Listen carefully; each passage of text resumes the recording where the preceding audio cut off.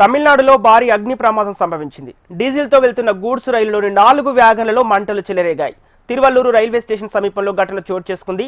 మనాలి నుండి తిరుపతి ప్రాంతానికి వెళ్తున్న గూడ్స్ రైలు తిరువల్లూరు స్టేషన్కు సమీపంలో మంటలు చెలరేగాయి. సమీప ప్రాంత ప్రజలు ఒక్కసారిగా భయాందోళనకు గురయ్యారు. ముందు జాగ్రత్త చర్యగా ఇక్కడి ప్రజలను ఇతర ప్రాంతాలకు తరలించారు. అగ్నిమాపక రెస్క్యూ బృందాలు ఘటనా స్థలానికి చేరుకున్నారు. మంటలు అదుపు చేస్తున్నారు. ఎలాంటి ప్రాణ నష్టం జరగలేదని అధికారులు నిర్ధారించారు. ప్రమాద ఘటనపై దర్యాప్తు జరుపుతున్నారు. చెన్నై మార్గంలో నడిచే రైలు సర్వీసులకు అంతరాయం కలిగింది. సాధారణ స్థితిని పునరుద్ధరించడానికి అధికారులు చర్యలు చేపట్టారు.